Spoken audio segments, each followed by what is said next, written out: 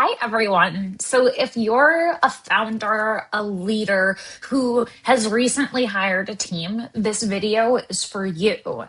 You're used to doing everything yourself. You're used to being the only person that, does the thing, makes the decisions, and moves things forward. But now you have people underneath you. And going from solopreneur or founder to manager is a shift that can be really exhausting because no one's taught you how to do it.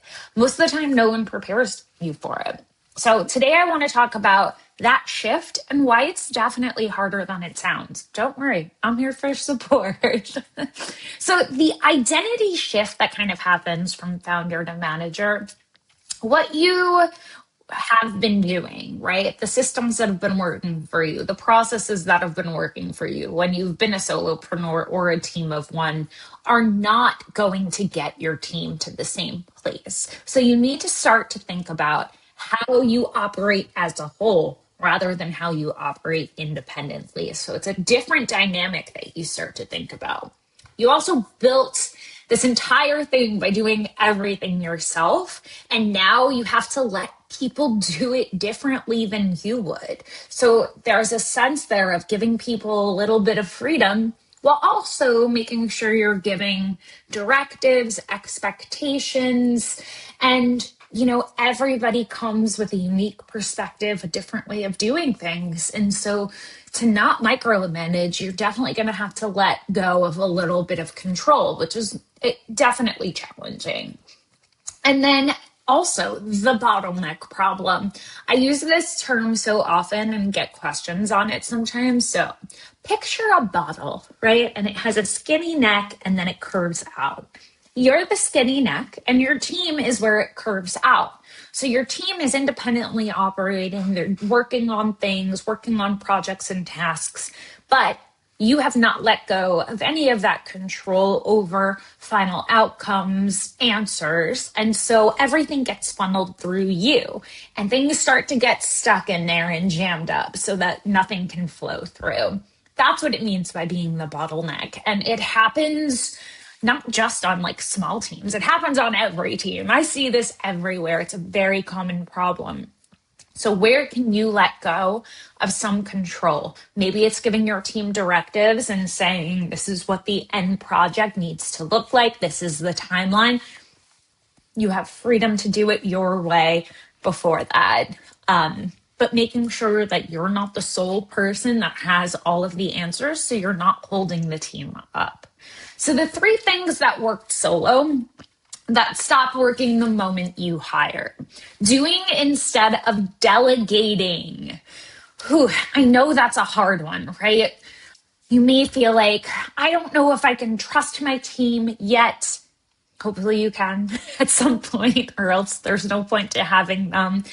But your team can't grow if you're always stepping in. You kind of just need to, do your best to train, prepare, give all the information you can, set expectations, and then trust them. It's really hard. I know it's really hard for leaders to let go and trust their team. Their business is their baby. It's the thing you've been working on that you've invested all of your time and money into, but you're not going to be able to grow. You absolutely will not be able to grow if you don't trust your team. And, sometimes, unfortunately, you may hire the wrong people, but you'll find that out when you give them things and step back and let them do their job. You'll figure that out pretty quickly. So make sure to trust your team and don't just do.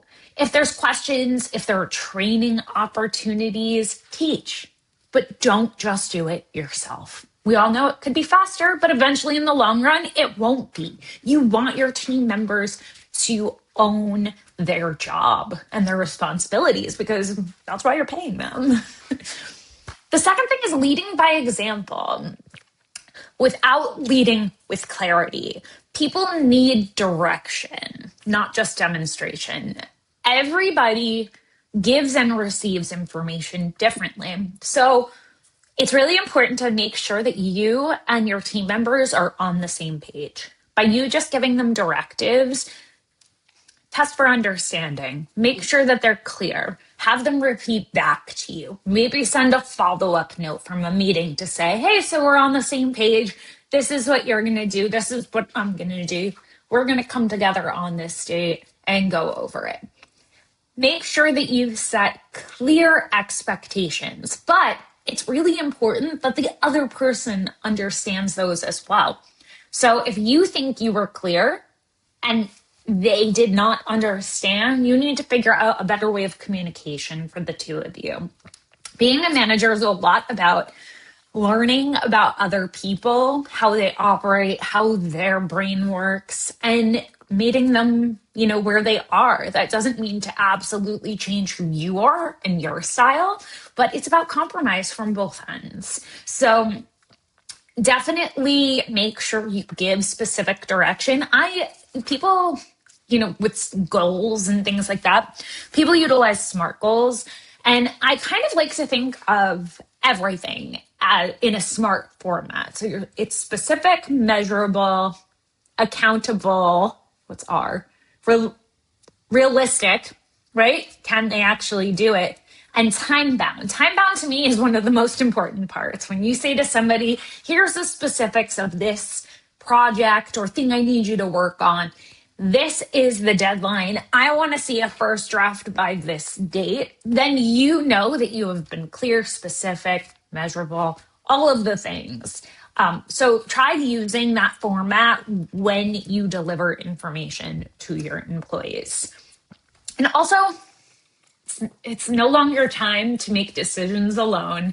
You have a team so that you can really not only get more work done and, grow your business, but you can bring them in on decision making. You can get other people's opinions. Your team needs to understand the why behind why they're doing what they're doing, how their job fits into the big picture. So it's really nice to get buy-in from them. The goal is for them to be the subject matter expert in what they're doing. And so you'll want additional information and opinions and thoughts from other people. So, if there's something big that's happening within the business, ask opinions. If you're not able to, if it's something that you've made the decision on, you're moving forward, bring people in on that journey early. Change is hard, so it's always nice for people to feel included and understand the why.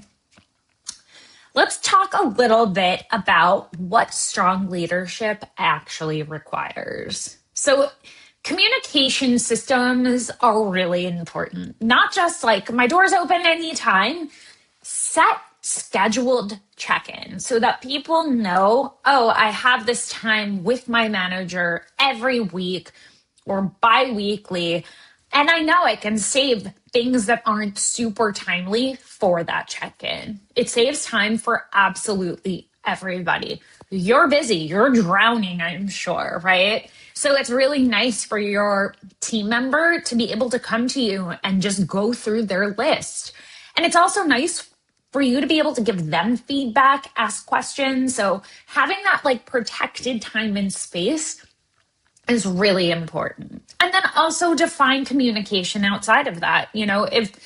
If it's an emergency, call me. If it's, if you have a question about something, send me an email. Decide what works best for you, because the goal is everything is not a fire drill. So you need to, define what that means, what that looks like, so that everybody can consistently keep working on their stuff. Understand how your team members are wired. Like I said before, everybody learns differently, communicates differently, receives information differently. By having a better understanding of the people you're working with, you're going to be able to effectively communicate. Then you'll be more productive. The team will be more productive because everybody will be on the same page. I really love using CliftonStrengths for this to see where people's natural talents and strengths lie. So you can really dig into those, build those, and rely on people where they're naturally strong. If you're focusing in areas where they're not, it expends so much more energy and it leads to lower productivity, burnout, dissatisfaction. So I think it's really important to have an understanding of where people are strong and how they're wired. Make sure feedback is a regular practice in your business, not just a crisis response. This is one of the most important things I think ever in people management. You want to be giving positive feedback, constructive feedback constantly as it comes up. If somebody does something well, give them that feedback. This was great. You executed this so well. It was quick, it was thorough. Great job. This is exactly how I would love for you to do everything going forward, or the rest of the team members to do things. If someone makes a mistake or is falling behind on something, lead with curiosity and ask questions. Hey, I noticed this was taking longer than usual. Is there something you need help with? Do you need support? Are you missing any information that might make this move quicker?